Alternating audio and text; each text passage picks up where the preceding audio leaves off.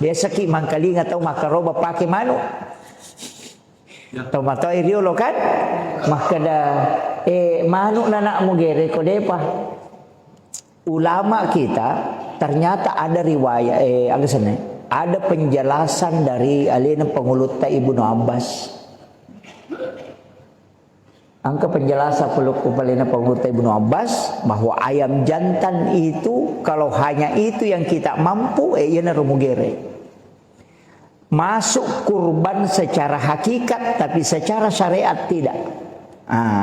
Apa ia senge karoba secara hakikat, secara bahasa sininna olok kolok ia angkai igere untuk mendekatkan diri kepada Allah pada hari lebaran Idul Adha dan 3 hari tasyrik termasuk kurban.